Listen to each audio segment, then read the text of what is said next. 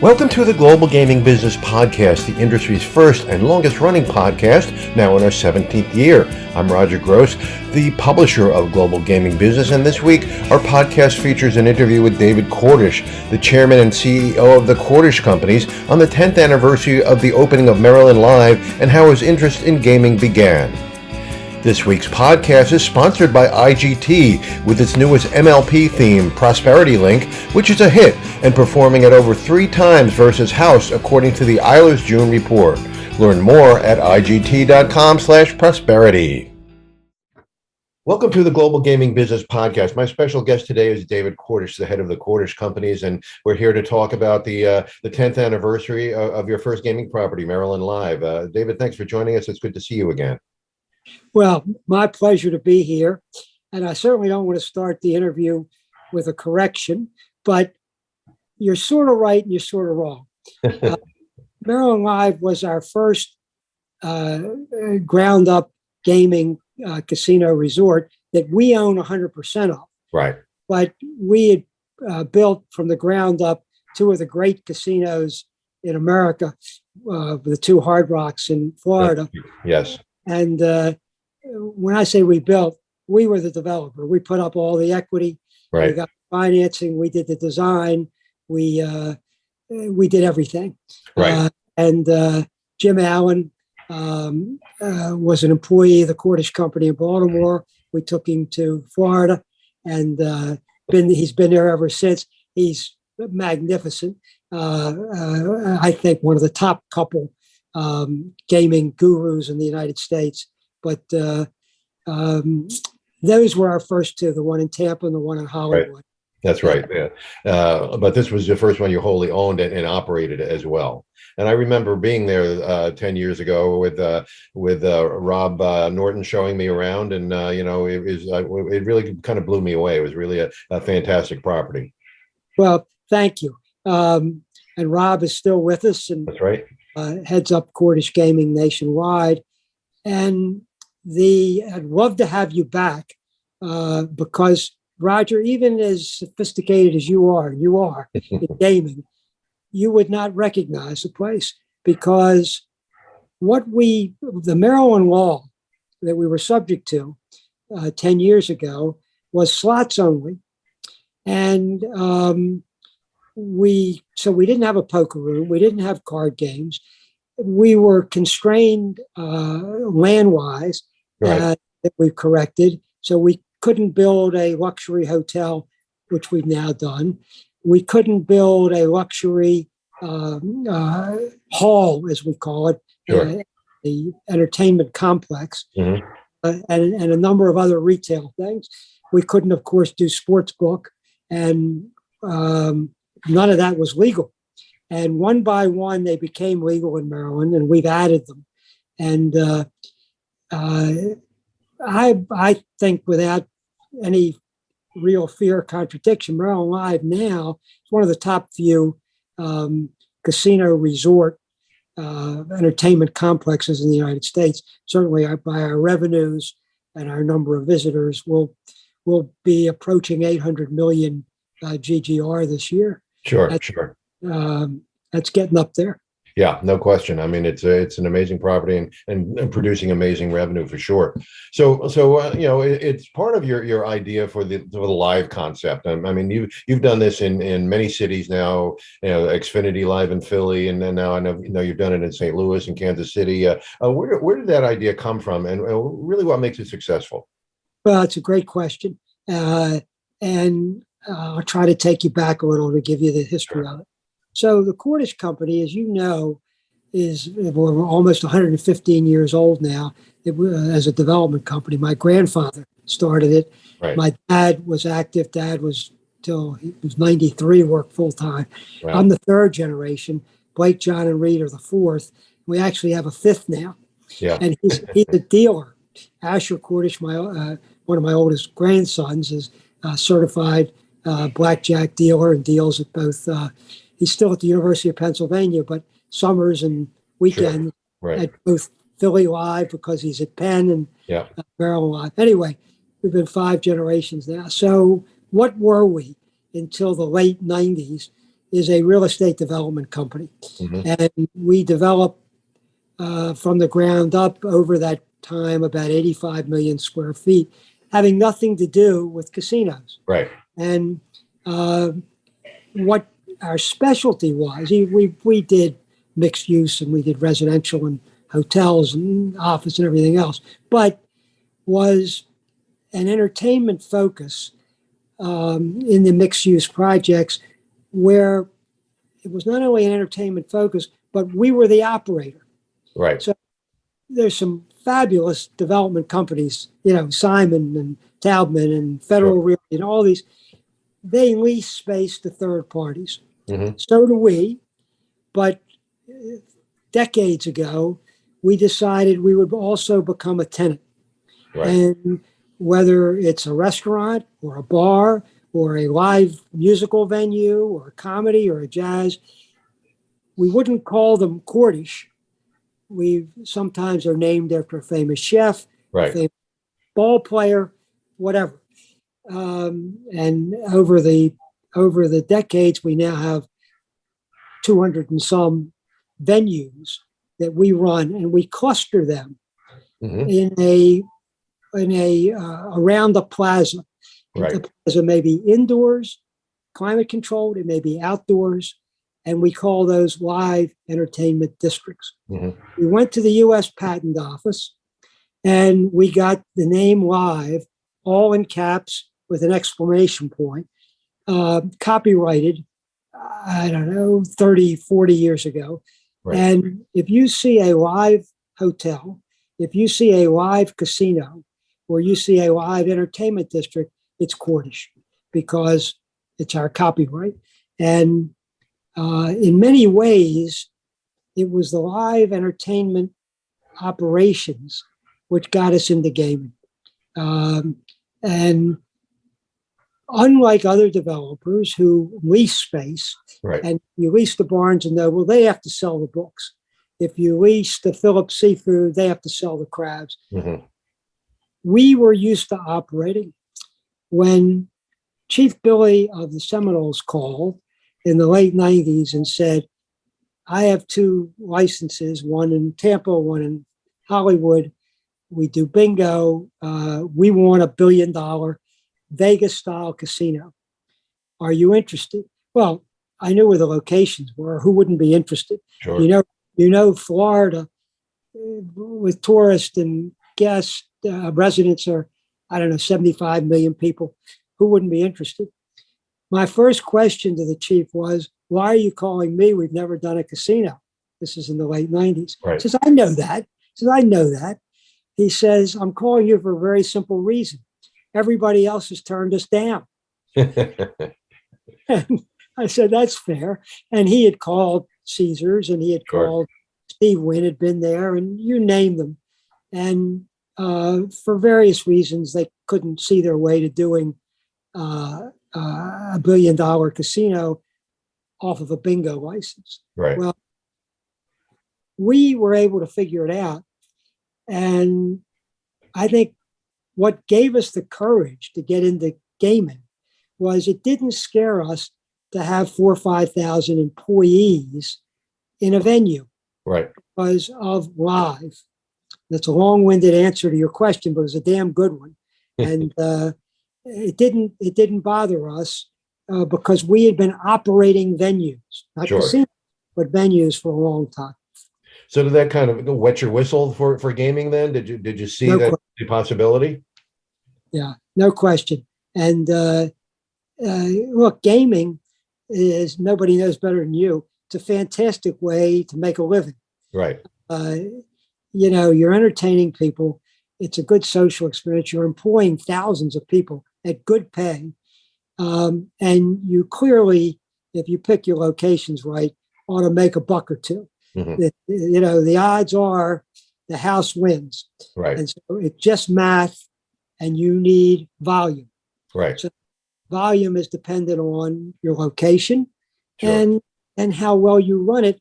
And what distinguishes a great casino from an average is what you put. We all play blackjack, Right. and we all have the same odds, and we Mhm. all have the same slot machines, more or less, my machines are the same as theirs.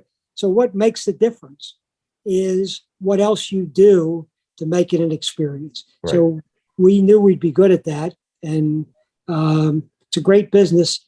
And once we did the 2 Seminole Hard Rocks, we never looked back.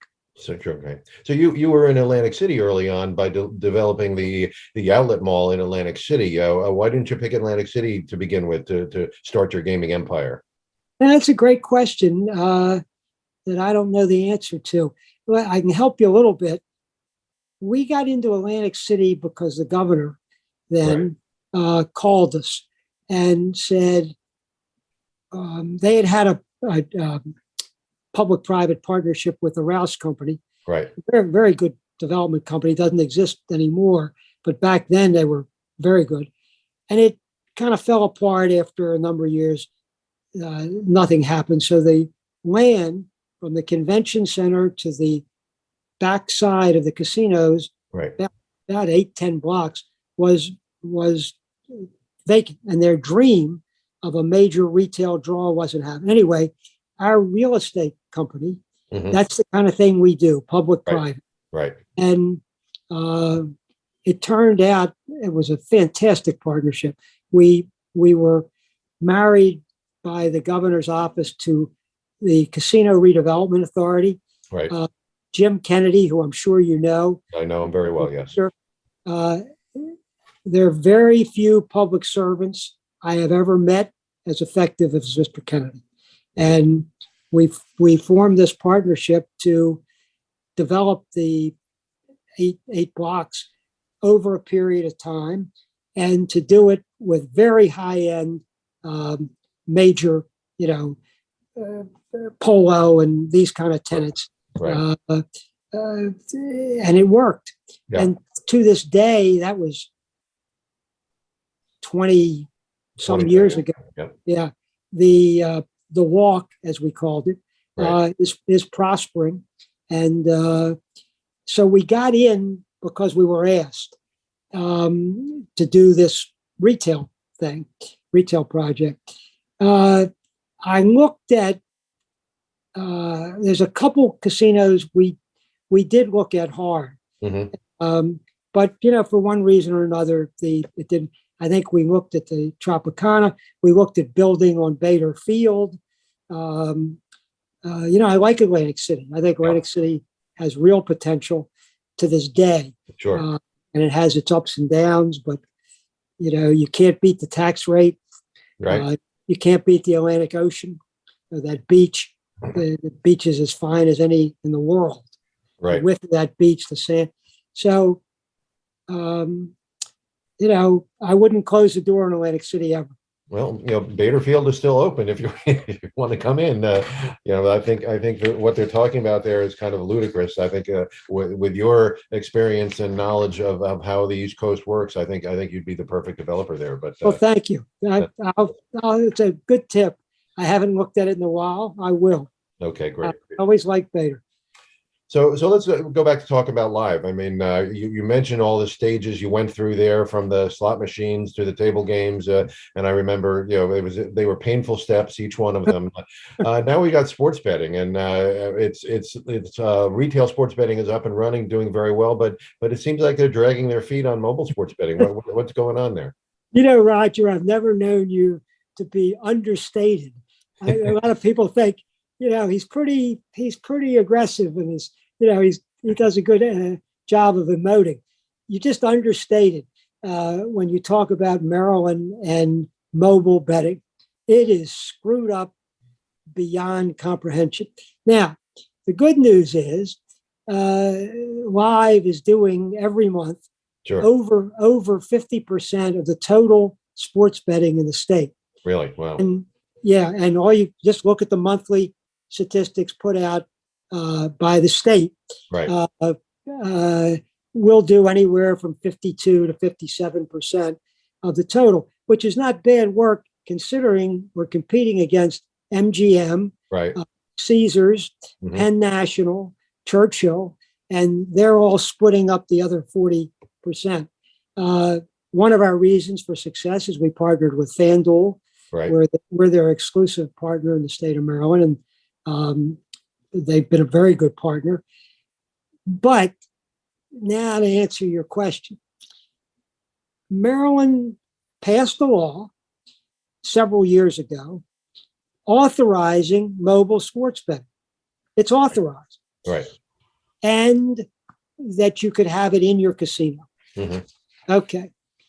The in the casino part was a very short couple paragraphs. It was easy. And we all have it. Caesar has it. MGM has it. Live has it. In the casino. On the other hand, they passed a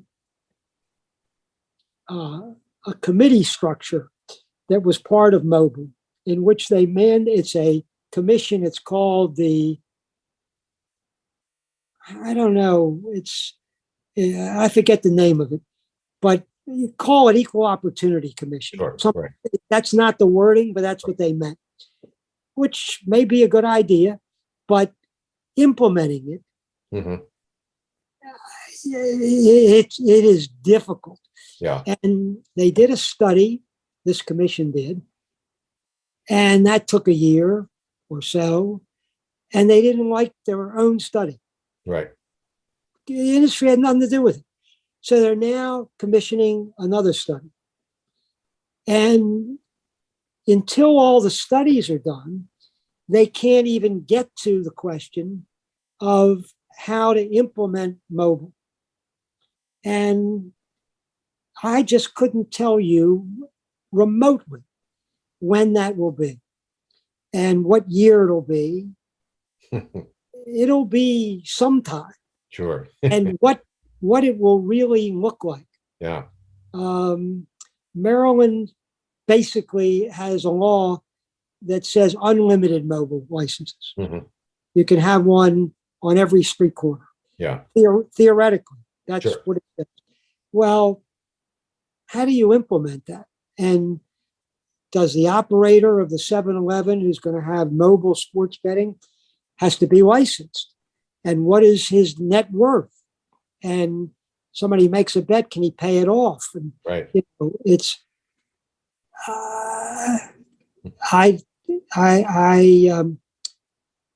when they were passing the law, we testified. We told them that this is what was going to happen. Mm-hmm. And we just said, fine, you're going to give us the retail right off the bat. We'll do great. And we're not going anywhere. We've been in Maryland for 100 and some years. Eventually you'll figure it out and you'll have mobile. But we really suggested strongly, not meekly, but strongly, they were making a mistake the way they were wording it. We showed them the legislation. I don't know, something like 35 other states at that point. Mm-hmm. I said, why don't you follow, Right. They're not chopped liver, these places. Sure. State like Pennsylvania, it's a big state. They got good staff. They know what they're doing. Take a look. No. Yeah. The cat's out of the bag. IGT's newest MLP theme, Prosperity Link, is a hit and performing at over triple versus House, according to Eiler's June report. Both partner themes feature the player favorite lock and respin bonus and the exciting free games bonus with either scatter or multiplier wilds. Prosperity Link will drive players to your floor with its popular game mechanics. Grab this exciting game while it's hot. Learn more at IGT.com/prosperity. Well, you mentioned Pennsylvania. You went into Philly with opening the Philly Live there, and that took a while to come through some convoluted ownership, things like that. But now I know it's you're not going to bet up there. How did that take you? How long did that take you to develop, and what's it doing right now? Okay,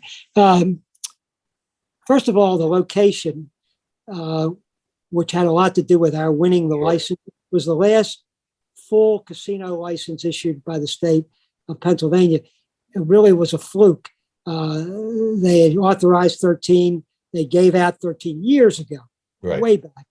And one of the 13 that was designated to be somewhere in the city proper of the city of Philadelphia, didn't happen.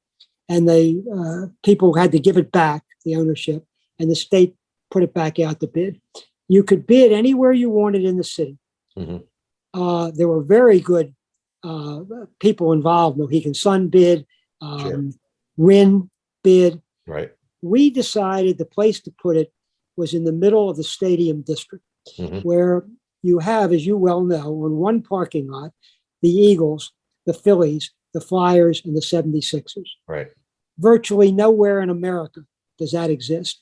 And they draw over 10 million people a year. And you are right off of I-95, 476. It's a fantastic location. Why would you put four professional teams and one that go to? And we were very fortunate to win the award.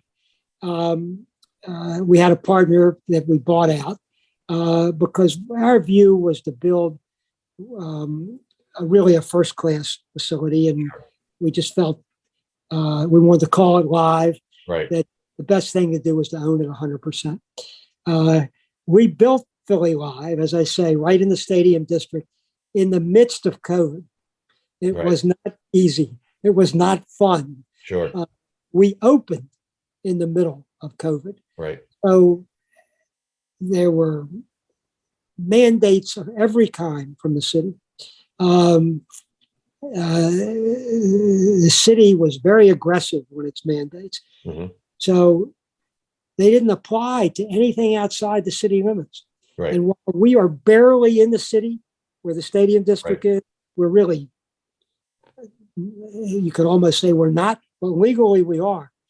So it was not an easy task. Just construction was difficult because workers, we had to give them all certain protective things and take their temperatures. But we got it done, and eventually COVID waned, and eventually the city got rid of its restrictions. And it's a 5-star hotel. It's got great restaurants, and the casino's killing it.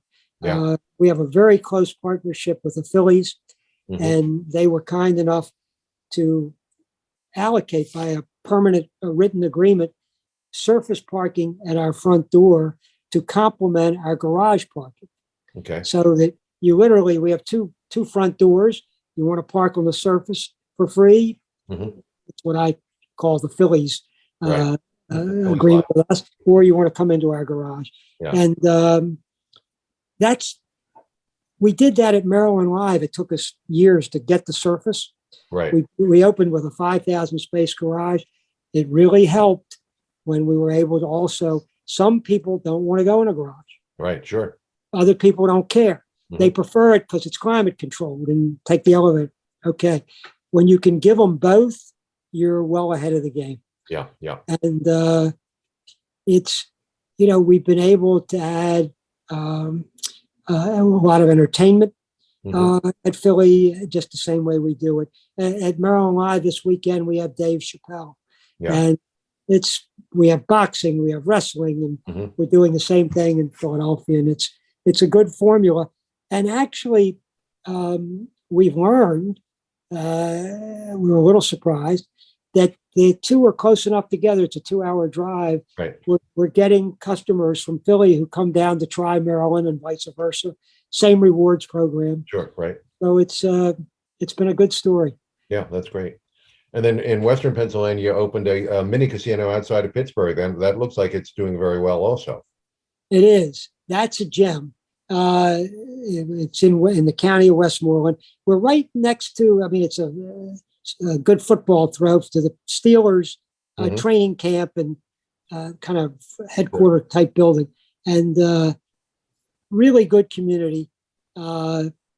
It's a copy of our model in Maryland Live. Now, Maryland Live was ground up, but we did a ground lease with Simon Properties, who owns Arundel Mills Mall. It's a 1.5 million square foot mall. Right. Sure. In Westmoreland, we took a department store in a big mall and converted it. And Penn National is doing something similar in Pennsylvania. It's what they call a Cat 4. And pound for pound, it doesn't get any better than the Pittsburgh Live. And it's full casino with card games and slots and a lot of entertainment, sports and social, or sports betting, everything. But under the law, you can only make a cat for so many table games and so many slots. Right. But it's a good one. Right.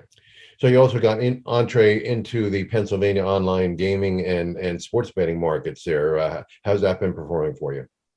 Well, and it's a learning experience too. We have a partnership in sports betting, but we decided in iGaming just to use live. Right. So you dial in on your computer to live and you play blackjack or whatever. And we had done a lot of social gaming. For example, in Maryland, iGaming is not allowed, but social iGaming is. So we knew how to do it, and it was an experiment for us that we're very happy with in Pennsylvania. Sure. You have some very, very good iGaming competitors. Sure. And we're kind of doing it our way without a lot of marketing. Yeah. So well, you got a great partner in GAN. Dermot Smurfett is a friend of ours, and I know he does a great job. And he started with you back in Maryland just with social gaming. So you've kind of grown up together, I assume. Very well said. Very well said, and they're a good partner. Yeah. No, it's been something new for us, and it worked out better than we would have thought. Okay. And one of the things with GAN, we're disciplined about it. Sure. Where it's not easy to acquire new customers through the ether, as you know, right. And you can go too crazy in spending to get them, and then you don't make any money. So we're using the live brand, which people know about. Remember, we have a big project in the Stadium District for 10 years called Xfinity Live. Right. Yes. And it's strictly the entertainment I described earlier, but it's got a lot of loyal customers. Right. And we have a huge database, and the casino uses it, and it's been good. Right. Right. So you recently sold your casino real estate to GLPI. We were talking to Peter Carlino a few weeks ago, and he was saying that he really felt a connection with you guys. You had the same kind of mentality and corporate culture. Did you feel the same way about GLPI? Yeah, we did, and we've known Peter personally for a long, long time. Sure. I've been a good friend of his, and he's given me advice, and he's one of the a couple other great leaders in the country. Yes. May be true that he spends his time now with GLPI, but he founded Penn National. Sure. And built it into, he's a giant visionary, for sure. Visionary and a great guy. And we made a partnership that's a little different than the other propcos. Right. And they get to participate in future casinos of ours. They get to participate in entertainment concepts that are non-gaming. Okay. There's a whole series of things we're doing in addition to the ground lease. And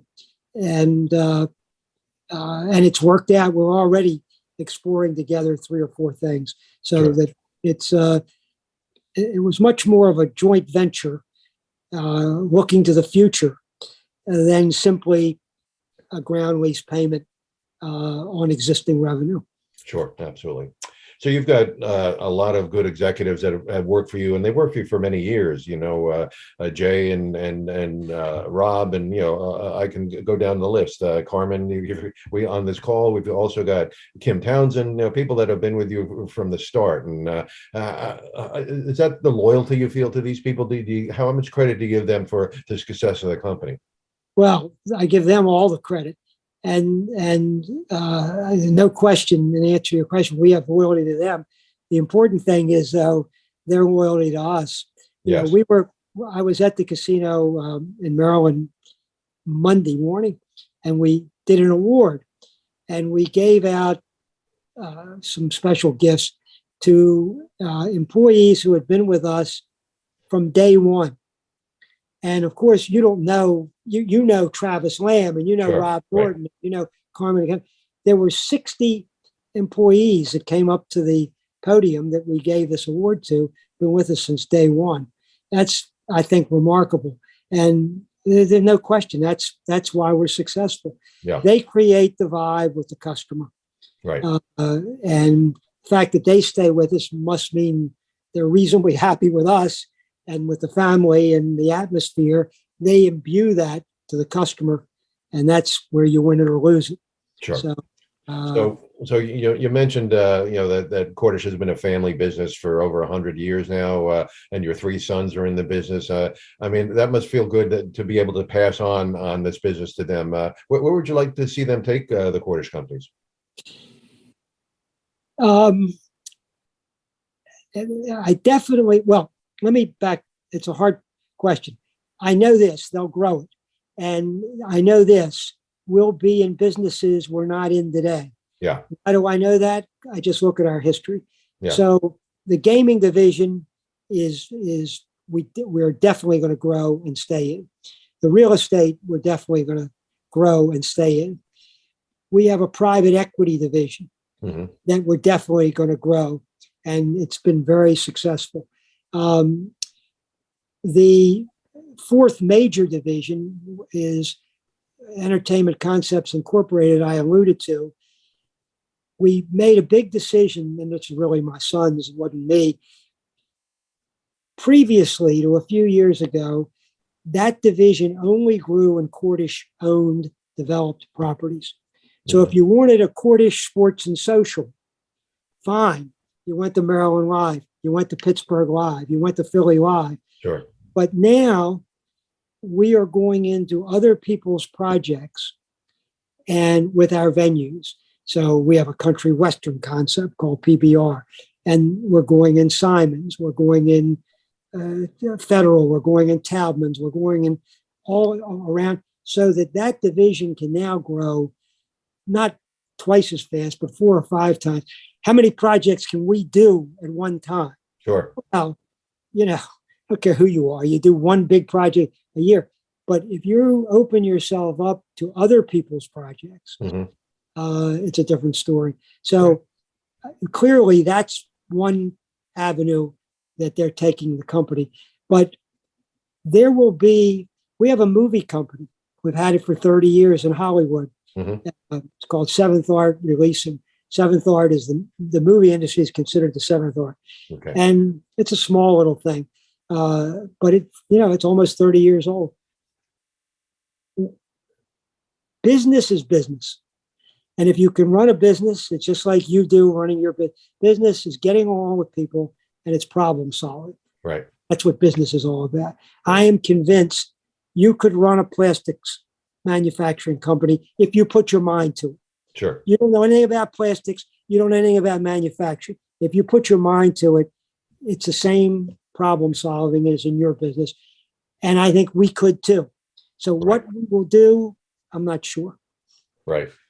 Well, David, I could talk to you all day. I'd learn much more about business if I was able to talk to you all day. But I know you're busy, and I really appreciate the time you've given us. And again, congratulations on the 10th anniversary of your gaming division. I can see that going in many different directions, and we'll stay in touch. And we're going to talk to some of your executives as well along the way here, and see what they're doing. Roger, thanks for the interview. I enjoyed it. Call anytime. Okay, great. Nice to talk to you. Hope you enjoyed this week's podcast, sponsored by IGT and its newest MLP theme, Prosperity Link. It's a hit and performing at over 3 times house according to Eilers June report. Discover more at IGT.com/prosperity. To learn more about gaming in Maryland and Pennsylvania, visit ggbmagazine.com. Subscribe to GGB News to get all the news of the gaming industry delivered to your desktop every Monday morning. Sign up at ggbnews.com and use the coupon code GGB180 for a free subscription. Don't miss a single episode of the podcast. Subscribe on Amazon, Apple Podcasts, or Spotify today. So we'll see you next time on the GGB Podcast.